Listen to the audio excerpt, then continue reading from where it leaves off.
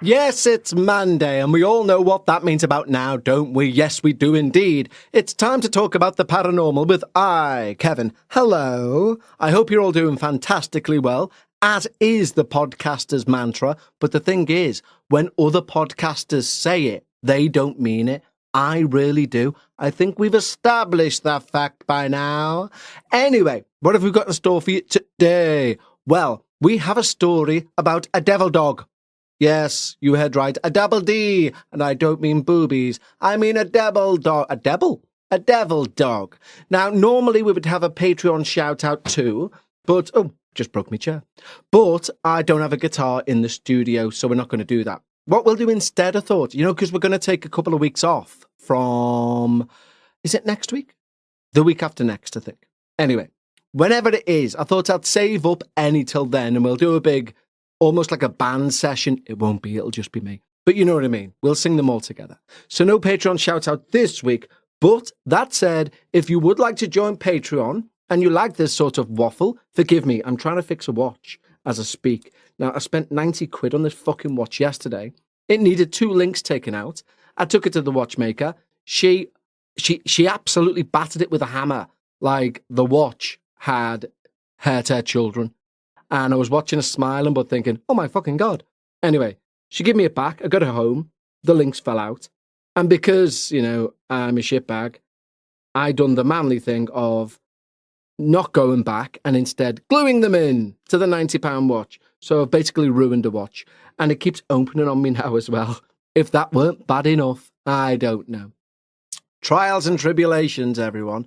But we do have a wonderful story about a devil dog. We're then going to take a visit to Becca's terror of turretness, or Reddit Corner. But it's me. Yeah, because she's in Saudi Arabia. She arrives back this very day. Hence a bit of a late release for this episode because I had to tidy up.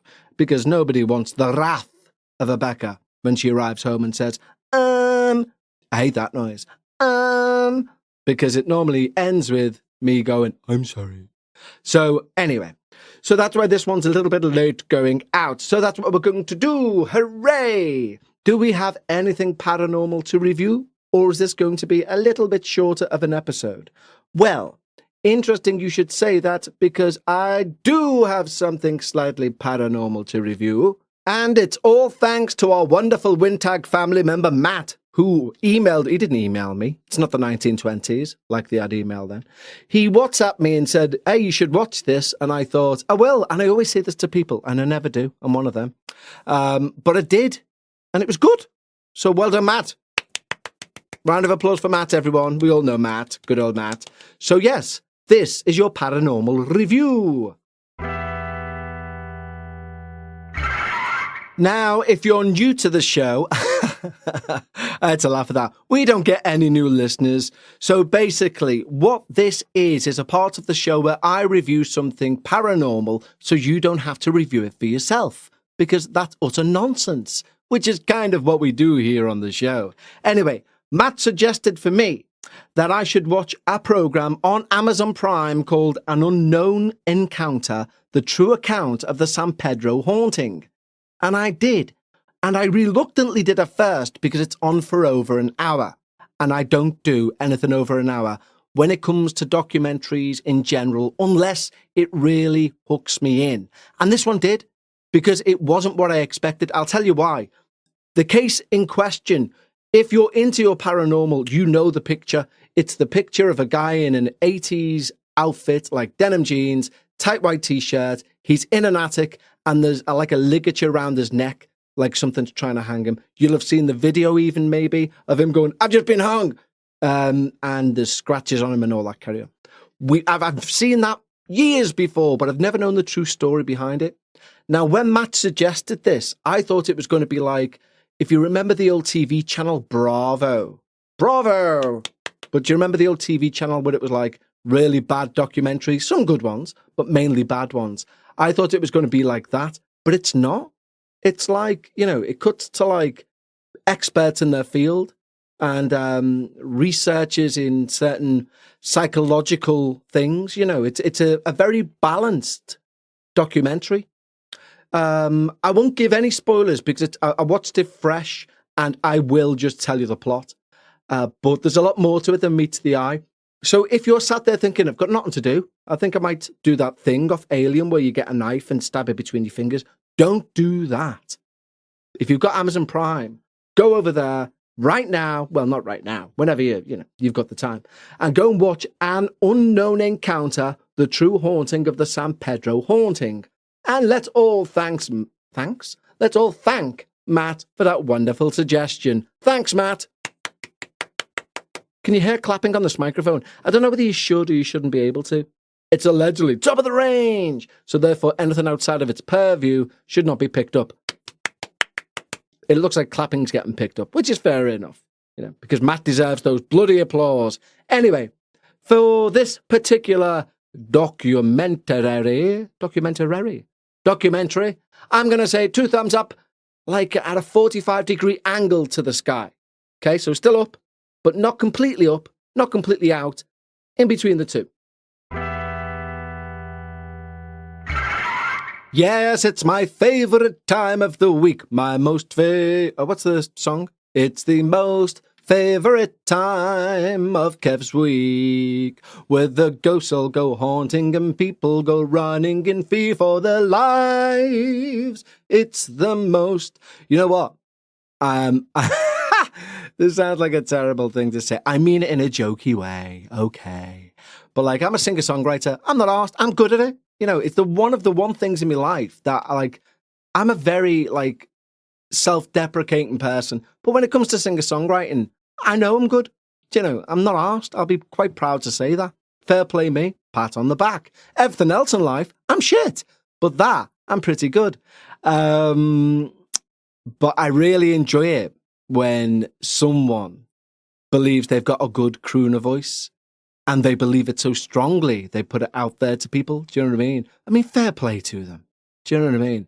But when somebody's like, oh, I get a kick from champagne, and you're like, fucking hell, don't know what to do. That was a social media thing there. I was acting it out. You couldn't see it because, we're not on TV yet. Anyway, shall we get on with the show? I think we shall. It is my favourite part of the show because we get to listen to your true paranormal experiences. And last week, Claire sent us an abundance of tales, ones which will see us right through to our break that we're going to take. That's a rhyme there, sorry. Anyway, this one from Claire is called The Devil Dog. Dabble D. Not Dolly Parton. Devil Dog. From the age of 9, I began to hear the sound of a dog panting loudly in my room at night. We didn't have a dog. Just a budgie and some fish, so it was pretty unsettling. It was so loud that I would have to cover my head with my pillow to block out the sound. I was never brave enough to look out and see if there was anything in the room. I just hid under the covers and waited for the morning to come or to finally fall asleep. This wouldn't happen every night, but it happened sporadically over the years. Until one night, when I was around 13, things got a lot scarier. Now, this is going to sound ridiculously cliched, but it is burned in my memory, and I swear this is how it happened. As I'd mentioned before, I always had my curtains open as I was scared of being in the dark. I slept with my head facing the window and my feet pointed at the wall opposite it, where I could watch the shadows of the tall beech trees at the top of our garden swaying back and forth in the breeze. In brackets, I found it relaxing as I drifted off to sleep. Close brackets. I suffered from insomnia a lot, and that night I was really struggling to get to sleep. It was getting later and later, and a storm was starting up too, which actually made me happy, as I find the rain and thunder soothing. I laid there, enjoying the sound of the rain and watching the shadows of it running down the window. visible with every flash of lightning.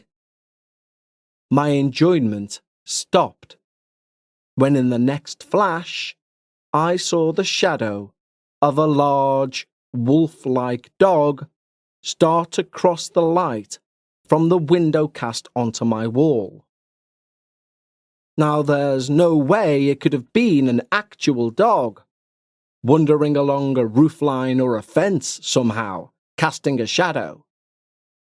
There are no houses behind mine, no walls, no fences tall enough to allow something like this to cast a shadow.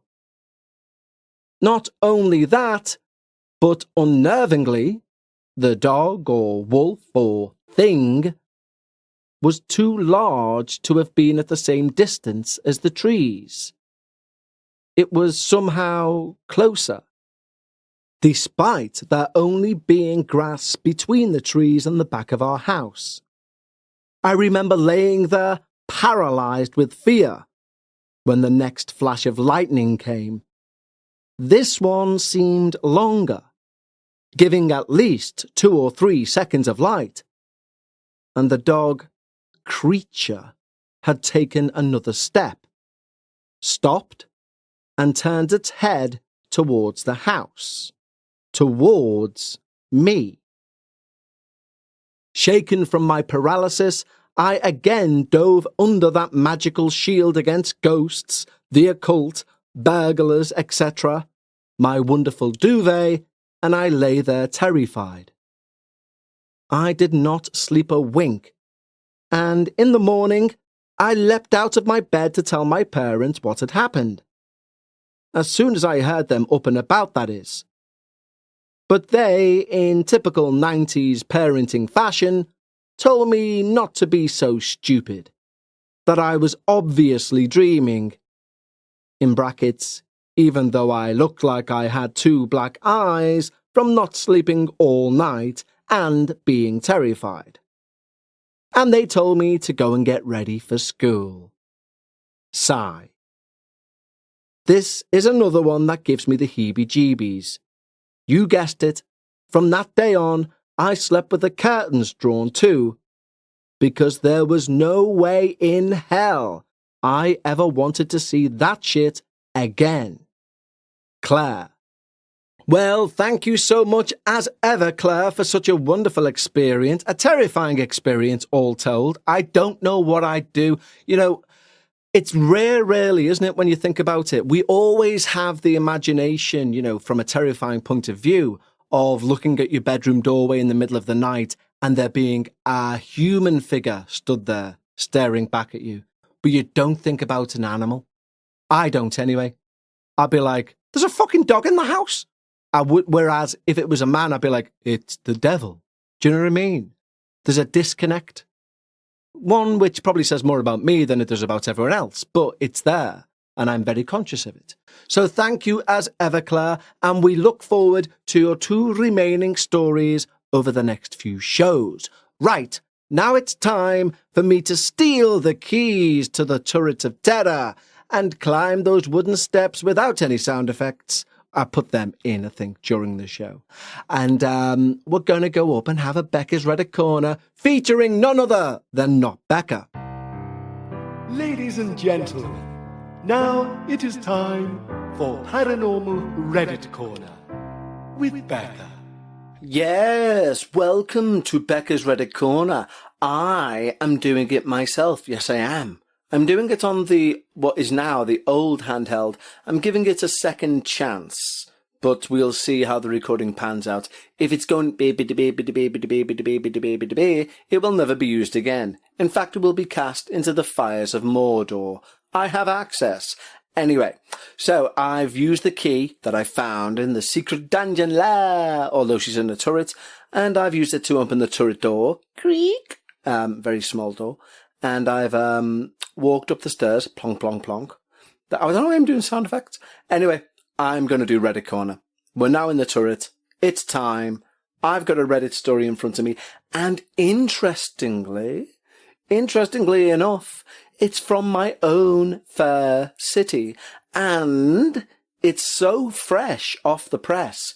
It is literally, and I quote, let me just see, 2 hours old? 2 hours old? Honest to God? I was about to say there are newborn children older than this. No, that's impossible. Unless, no, that's still impossible. Anyway, shall we crack on? Yes, I think we shall. Obviously, with it being so fresh, like a newborn baby, there are no comments made. Well, I suppose people would say, that's lovely. He's got your eyes. But no one said anything. Well, there's one comment. So should we see how we get on anyway? I'll shut up. So, this is called Platform Encounter in a Liverpool Underground Station. Dun dun dun. Several years ago, I was waiting for a train to take me from Moorfield Station to Lime Street Station, which are both in Liverpool, UK. Now, I hope for the person writing this story, it was raining, because it's about a 5-minute walk.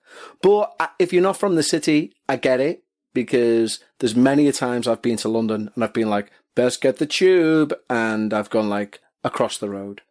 So, anyway, I was waiting on the Northern Line platform, which was quiet, as only myself and a handful of other passengers were waiting for the delayed train, we do suffer, to arrive, whilst I was on my phone talking to my wife. It is common for the station to be quieter during the day, as it's located within the business district of the city, and the time was about 11 o'clock on a Thursday morning. I know that it was a Thursday, as I was on my way to Lime Street to change trains to get to a hospital appointment with my specialist, who only works in Broad Green Hospital on that particular day. Very Liverpool-centric, this. Broad Green is a heart hospital, so we can infer from there that this individual had a heart defect. Isn't it strange what you can pick up just by train routes? Anyway. I think it does other stuff as well, obviously. I was slowly making my way, I hope not too slow, I hope he wasn't mid-cardiac arrest. I was slowly making my way up and down the platform as I waited and was staring aimlessly into the vast darkness of the tunnel from which my train was now overdue by several minutes, talking to my wife on the phone as I heard running from behind me.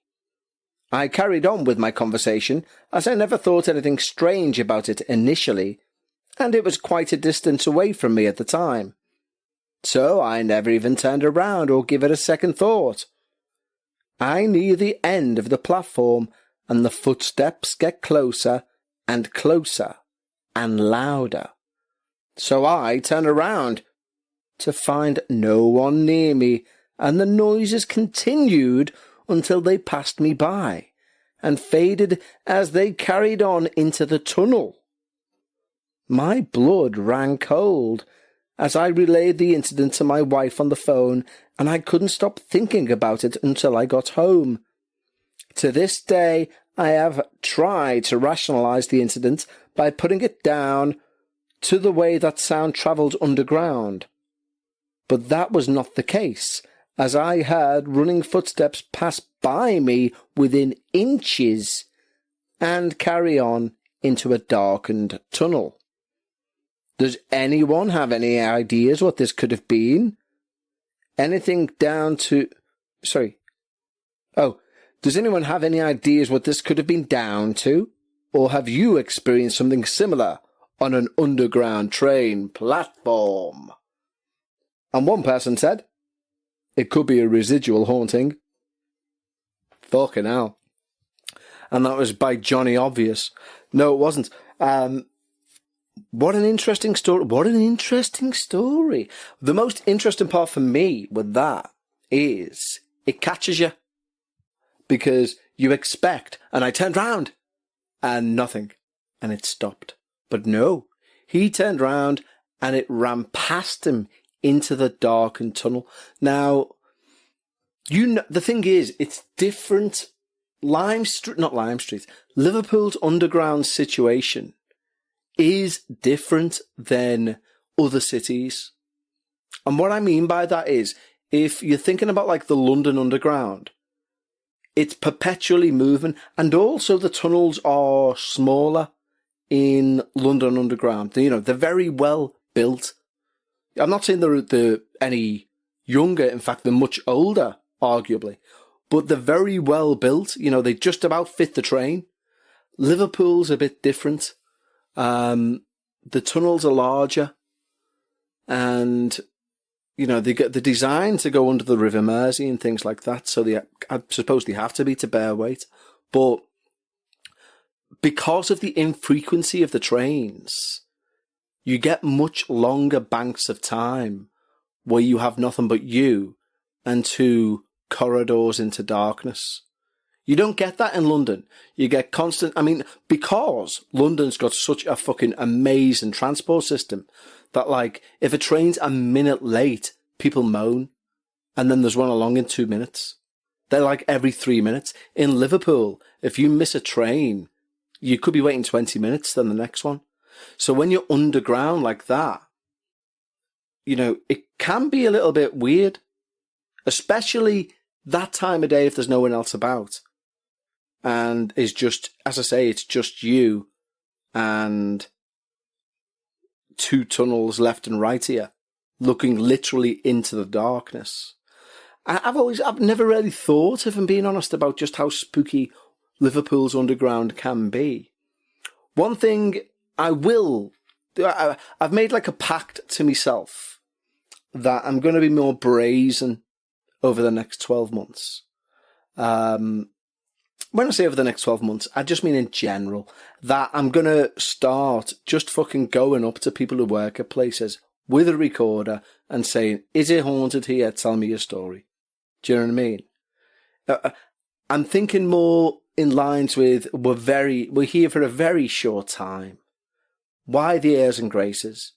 Why I couldn't possibly, you know, tell me what you need, tell me everything you know, sort of thing, that attitude. So, I think going down to the likes of Central Station in Liverpool, which is at the bottom of Bold Street, and Bold Street itself is a myriad of tunnels. Do you know there was a guy, I forget his name, I think it was Huskisson? Yeah, I think it was Huskisson. He was an entrepreneur and then a philanthropist in Liverpool way back in the day. And this is weird. This is like weird Liverpool history. He paid people who were looking for work to dig tunnels. Now, these tunnels, there was no rhyme or reason for them. But he knew where he wanted them dug even, and he knew the directions they wanted to go, and he paid these people. He was basically employing people who couldn't get jobs. He was doing a very good thing. But he wanted tunnels dug under the city. They called him the Mole of Edge Hill. And I live in Edge Hill now. In fact, the entrance to his tunnels is literally a 5-minute walk up the road. Never been. Never going to be. Because I'm a lazy bastard. But my point is, what an interesting eccentric thing to do. It reminds me of the Anglican Cathedral. Because there's a series of houses opposite. The Anglican Cathedral is built in a quarry, right? And I've said this before, it houses about 60,000 bodies, genuinely. Mainly due to bad workhouse conditions. The Irish famine played a large part in it. But it's built in a quarry, so when you go into it, you actually go down into the quarry. There are what look like cliff faces on the side. There's a natural spring that was found that water still comes from, and people still drink from. Lunatics, but people still drink from. I wouldn't drink from a natural stream found in a city if you paid me. I probably would if you paid me enough. But anyway, now what is interesting is if you look at, so picture this with me, right? You walk up a little hill, there's the cathedral. To the left of the cathedral is a little gullyway that leads down into the quarry, okay? Now within this massive quarry, there's loads of gravestones. There's a monument to Huskisson, actually, there. I think it's to Huskisson. Anyway, but it's a huge quarry. Now, if the cathedral was now on your right, up the hill of this quarry, on your left, there is a series of sandstone walls, and that's where the spring is at the bottom. But these sandstone walls have two things. One, they have a sort of, I'm going to say Egyptian pyramid sort of thing, but it's not. But like a walkway that allows you to get from the bottom to the top by going zigzag up, if you know what I mean. But also they have arches every so many spaces that are now bricked up. But it turns out the houses on the road opposite that, which face the cathedral, I think it's called Falconer Terrace now, I'm not 100% sure. But those houses were first made and purchased by sea merchants. And one of the selling points of the houses was that your basement gave you direct access to your family vault, which was within that wall of sandstone.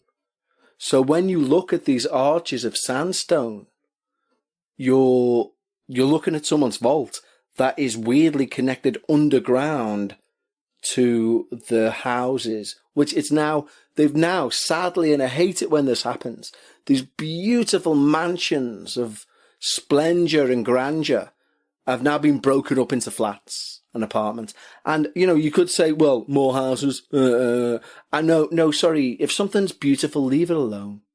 Do you know what I mean? High ceilings and chandeliers, leave it alone. Beauty's getting eroded away at the cost of a conservative government, in my opinion. But anyway, moving swiftly on. It's a magnificent thing, this whole structure. I may go and visit it today. I'm not, but I might. If I find the impetus, I might. It's a shame that I can't do a bit of a guided tour to give you this. I should work on that. I'll find a way. Maybe I'll do that. Well, here's an interesting one. I did say I was going to take a break, didn't I? So in case you didn't hear, because I do two other shows, I do the Dark Paranormal and I do the Deadly Countdown. They run seasonally, meaning 10 episodes per season. Then they have a 2-week break, right? We're going to take a 2-week break on Wintag because I need it. And what I might do for the final episode of Wintag, which will be a week Monday, is point you during that episode to a video. I might put a link in the notes, do you know what I mean? And I'll go out and try and do a video of the cathedral, of those stones, of those houses, that sort of thing. I think that'd be quite good. That'd be a nice way to sign off for a couple of weeks.